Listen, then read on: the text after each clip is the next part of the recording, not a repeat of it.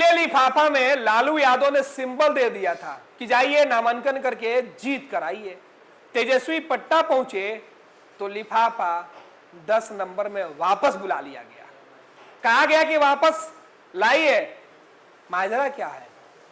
नए संकेत। कांग्रेस ने आंखें तरेर दी, राजद ने भी कहा बर्दाश्त नहीं होगा। कहने वाले लोग कह रहे हैं कि राजद 136 के आसपास की बात कर रही थी, कांग्रेस को 56 सीट। यही बात मंजूर नहीं हुआ। हालात गठबंधन टूटने तक के आ पहुंचे हैं। कहा जा रहा है कि आज का दिन बेहद खास है। लेकिन 2:30 बजे रात में अचानक ऐसी कौन सी मुसीबत आन पड़ी कि लालू यादव ने जिन नेताओं को, रणबांकुरों को, जिन लोगों को लिफाफा दिया था, तेजस्वी यादव के निर्देश पर उन्हें 10 नंबर बुलाया गया।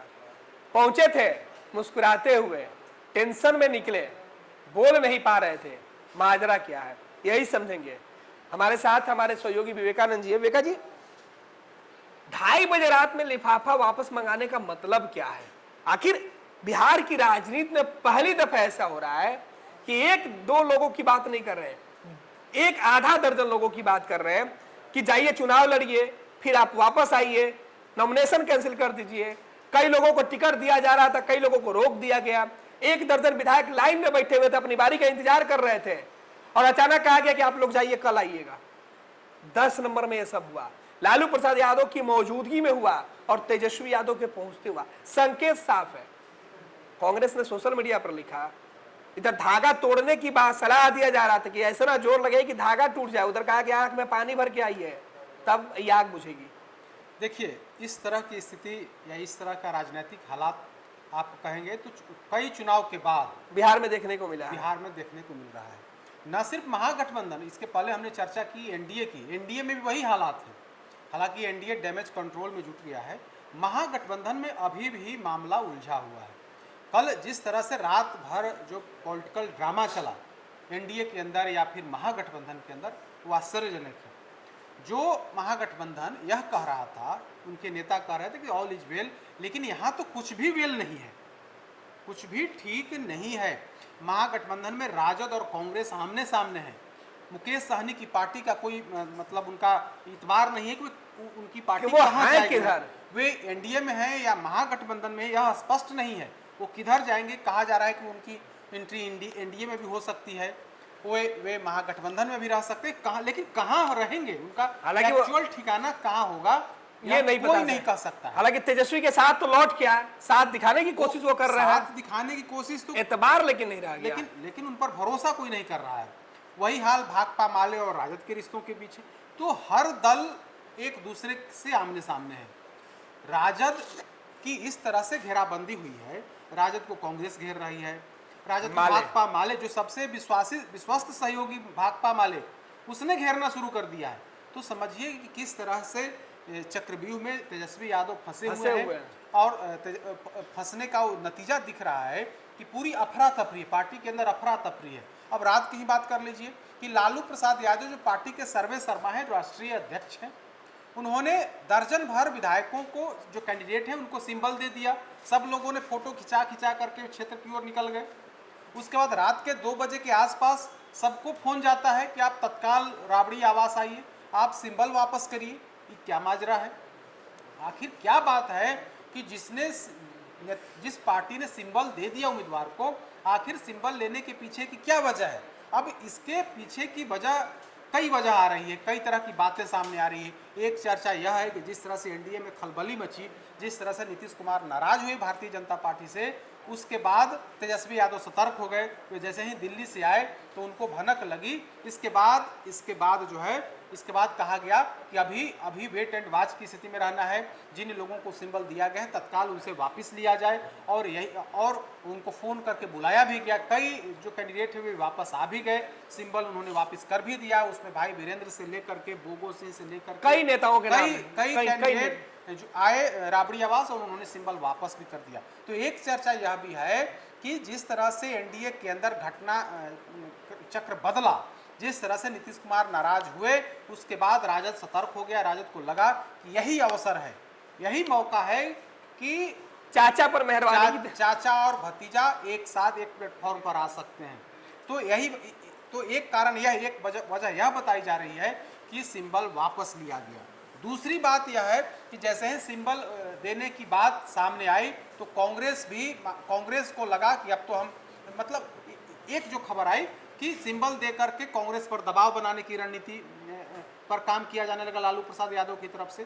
तो तब कहा गया, तब तेजस्वी यादव इसमें मामले में सामने आए और कहे कि नहीं, एक साथ सिंबल का वितरण होगा। तो तरह तरह की चर्चा है, लेकिन हकीकत क्या है यह स्पष्ट नहीं हो पा रहा है।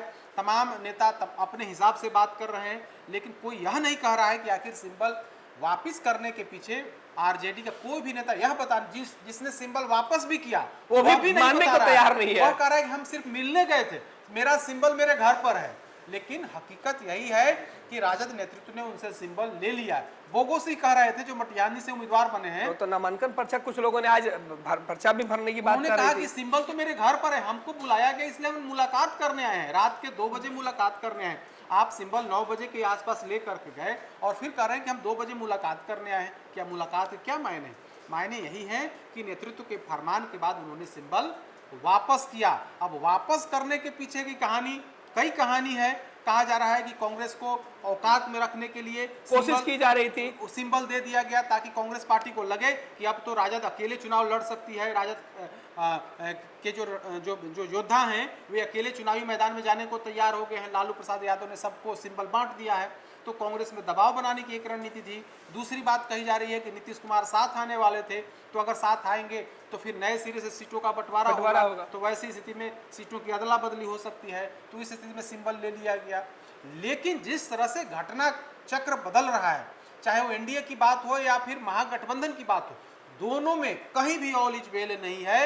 हकीकत यही है कि दोनों गठबंधन में के भीतर आपस में इतनी खींचातान है, इस तरह से मामला फंसा हुआ है कि तमाम प्रयास के बाद भी पेंच जो है सुलझने की बजाय और उलझते जा रहा है। एनडीए में पहले तो कहा गया कि सीटों का बंटवारा हो गया, सब लोग गुणगान करने लगे, फेसबुक पर लिखने लगे कि सब हम लोगों ने मिल बैठ करके बांट लिया है और एनडीए एक बार फिर से बिहार में सरकार बनाने जा रहा है। लेकिन जब विधानसभा वाइज बंटवारा हुआ तो वहां पर जाकर के पेंच फंस गया। नीतीश कुमार को लगा कि मेरे साथ धोखा हुआ है, 2020 में भी धोखा हुआ और इस बार भी धोखा हो रहा। अगर इस बार हम समय रहते नहीं सचेत हुए तो हमें नुकसान उठाना पड़ सकता है। तो नीतीश कुमार खुद इस मामले में एक्टिव हुए और एक्टिव होने का नतीजा यह हुआ कि रात भर भारतीय जनता पार्टी के नेताओं ने माथापच्ची की है, जेडीयू के नेताओं ने माथापच्ची की है और आज जो है कहा जा रहा है कि सब कुछ रास्ते पर है, सब कुछ सामान्य स्थिति में है।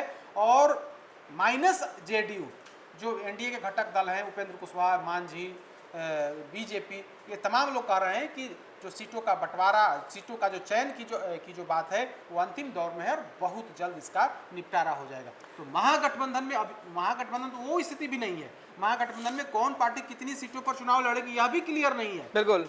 और सिंबल देने की प्रक्रिया शुरू हो गई थी। आज कई उम्मीदवारों का नामांकन था और नामांकन के एन वक्त पर सिंबल फिर से वापस ले लिया गया है। अब वे लोग कल करते हैं नामांकन, परसों करते हैं या फिर अंतिम दिन 17 तारीख को करते हैं, वही बता पाएंगे। विवेका जी, सबसे दिलचस्प बात है कि राष्ट्रीय जनता दल में खुद नेता प्रतिपक्ष तेजस्वी यादव के लिए नामांकन की तारीख तय है।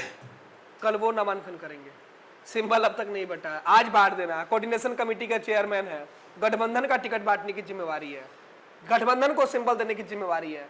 सवाल तो उठेंगे ही, और सवाल उठे और तेजस्वी यादव फंस भी गए। और यही वजह है कि कई लोगों के नामांकन पर्चा की तारीख बदलवानी पड़ी।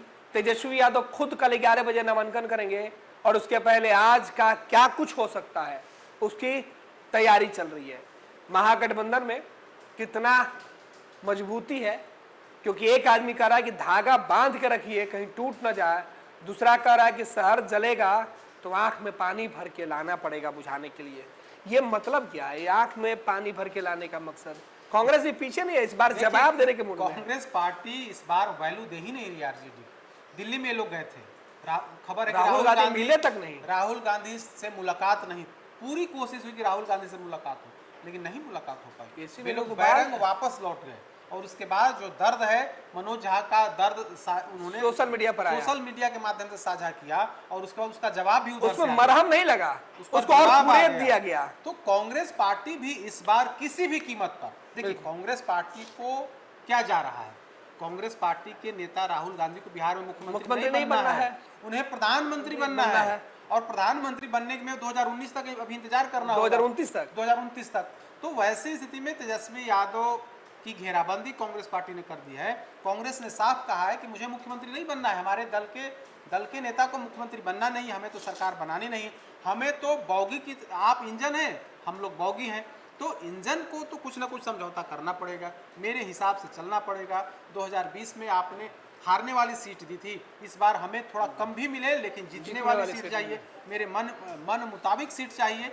यही वजह है कि हम लोग कई बार इस मुद्दे पर चर्चा कर चुके हैं कि कांग्रेस की जो नीति थी उस नीति को हम लोग समझ रहे थे कि किस तरह से खेल हो रहा है, क्योंकि कांग्रेस पार्टी बार बार मुख्यमंत्री के मुद्दे पर चुप हो जा रही थी, राहुल गांधी हों या फिर उनके नेता हों, इस मुद्दे पर चुप हो जा रहे थे। अभी तक चुप है। महागठबंधन का चेहरा तेजस्वी यादव होंगे चुनाव के दरमियान, लेकिन तय बाद में होगा, तय बाद, मुख्यमंत्री कौन होगा यह तय बाद में होगा। मतलब साफ था कि कांग्रेस पार्टी बता रही थी कि हमारे एजेंडे पर आप काम करिए, अगर आप नहीं करेंगे तो आपकी बात हम नहीं मानेंगे। बिल्कुल। तो महागठबंधन में आधी रात को बहुत बड़ा खेल हुआ है और इस खेल के पीछे सिंबल से लेकर गठबंधन धर्म की बात की गई, कहीं आग लगाने की बात की गई तो कहीं आग आंखों में पानी भरकर बुझाने की बात की गई। जवाब दोनों तरफ से दिया जा रहा, किसी ने जख्म पर मरहम लगाने की कोशिश न की बल्कि हर किसी ने उसे और कुरेदने का काम किया। दर्द, तकलीफ और तिलमिलाहट राजद खेमे में अभी भी बरकरार है।